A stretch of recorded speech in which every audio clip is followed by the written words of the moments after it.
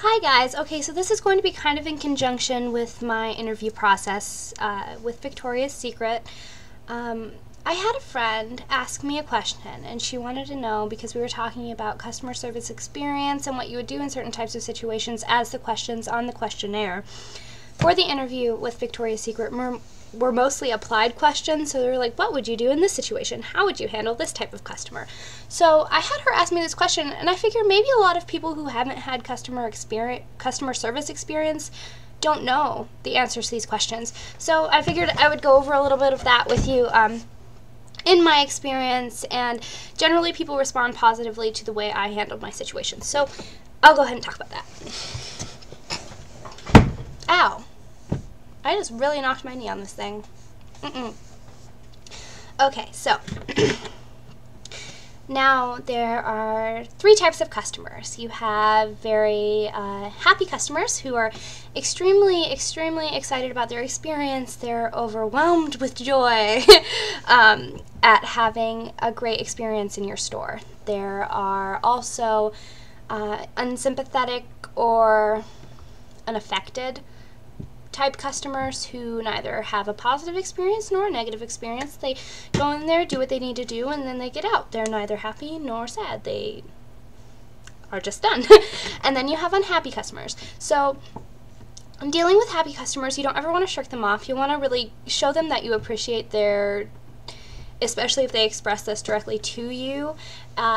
If you're being thanked for something, or if, an example, I was in the customer service desk for a while at the Walmart here, and so people would come in and they would say, I want to leave a comment card for this associate because they were so wonderful, and they would tell me about them. You really listen, even if it isn't pertaining directly to you. It's pertaining to your team and to the people that you work with, so you really want to be grateful and appreciate them for saying thank you and going out of their way and taking time to mention how happy they were. So you listen and you respond positively, and you thank them for thanking you, because you always thank them. And it makes you feel better when people really honestly it looks like I have no neck when I do that. I'm sorry. It's completely off. People honestly appreciate it when you thank them and you listen to them if they're having a good time or if they're having a bad time. Likewise, customers who neither say negative things or positive things, you don't want to push them either way. May try and pump them up a little bit, but you don't want to get in their way, especially if they don't look like they would respond positively. It's mostly reading body language. If you have a variety of friends who act differently to different situations, you can see this in them. Or just people in general. I know that I can tell when people are not wanting to be talked to, not because they're in a bad mood, just because they're not kind of face-to-face contact, super high-intensity people. So you kind of read people a little bit, and go ahead and introduce yourself and allow them to know that you're going to help them, but don't push it, and don't push them to be angry or to be annoyed or to want to leave, because oftentimes those people won't feel comfortable in a place where they feel like they're being smothered. If they do have any questions, answer them to the best of your knowledge, as with any question you may receive.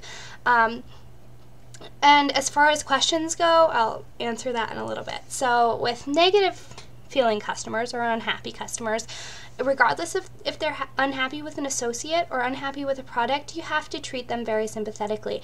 You're going to want to talk to them in a middle tone voice, not a monotone, but a middle tone voice. You don't want to sound overly excited or unhappy or angry. Definitely try not to become angry with the customer for being angry, even if they're angry with you. You have to be very understanding that they feel that there is foundation for their problem.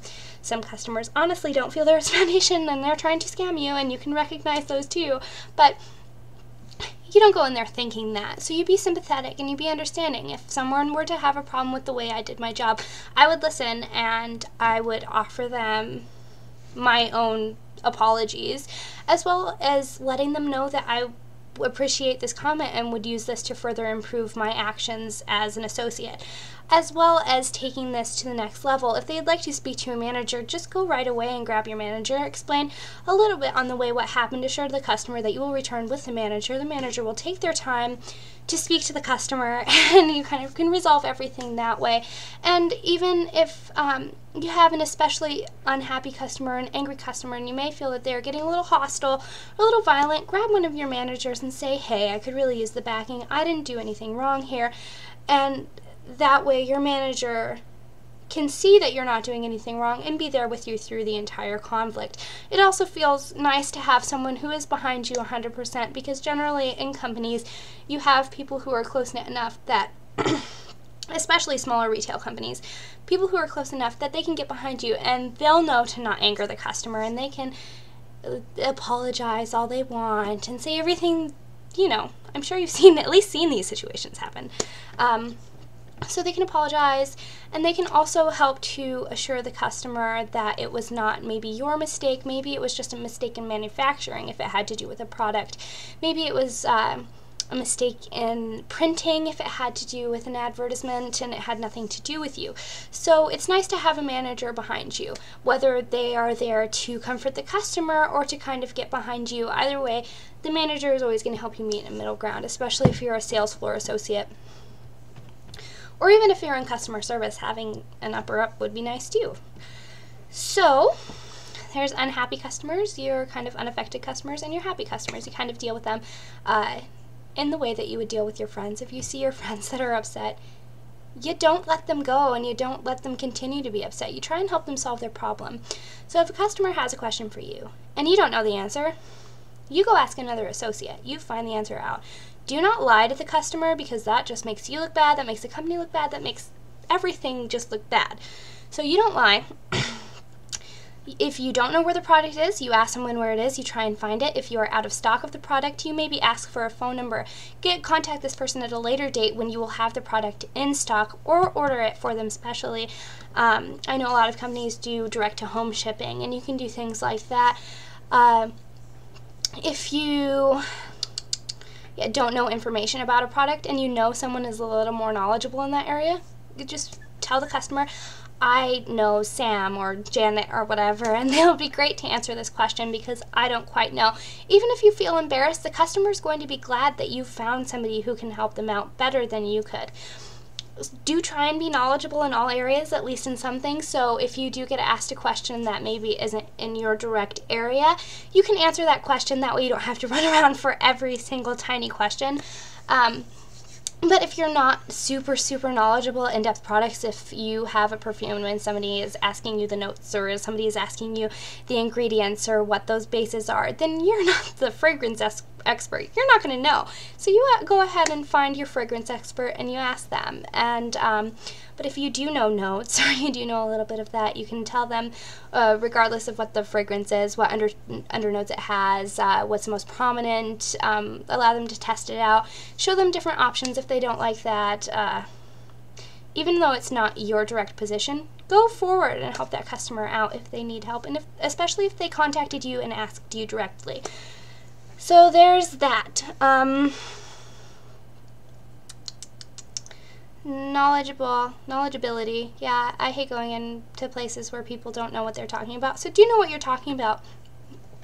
Doing the extra little bit of research is really going to reflect positively on you as an employee, and it's going to help you move up in any sort of situation, whether it is in pay or in position. I know that worked with me in Walmart very well. I became super knowledgeable with all of the mechanics of the entire front desk area. So you have your customer service desk. I knew how to do everything right away before I went in to start doing the job. I watched everyone. I went in on my days off to do my shopping, and I'd key in on what they were doing, so I had a little bit of knowledge before I went in there. And you can pick up on things faster that way, so you're not completely flat. With the Money Center, that was a little bit more difficult because it is kind of a behind the counter type deal. Financial transactions, if you're not proficient on a cash register, oh, it's 5 o'clock again. 3 days in a row, look at me go. If you're not proficient on a cash register, they have training and everything for that. Don't be worried, don't be scared about anything concerning any tools you would be using. Generally speaking, they would prefer experience, but if you have none, they'll be happy to train you in most situations. So I'm trying to think if there's anything else I could say as far as getting a customer service-based job. Yeah. Gotta love that 5 o'clock bass noises. It's not bass noises. It's the national anthem. The national anthem is not bass noises. Or, wait, right? I don't know which one. I haven't done that in a long time. Oh, that's embarrassing. I'm not unpatriotic. I kind of am, but I'm more unsympathetic. But Pat's in the military, so do my job. Anyway, so any questions at all, let me know. I'd be happy to help you out.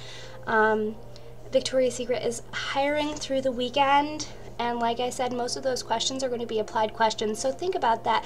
Maybe take some of these answers into account if you don't have experience of your own to share. It's going to be all okay, so I will let you know one way or the other whether I get my job. I love you guys. Bye.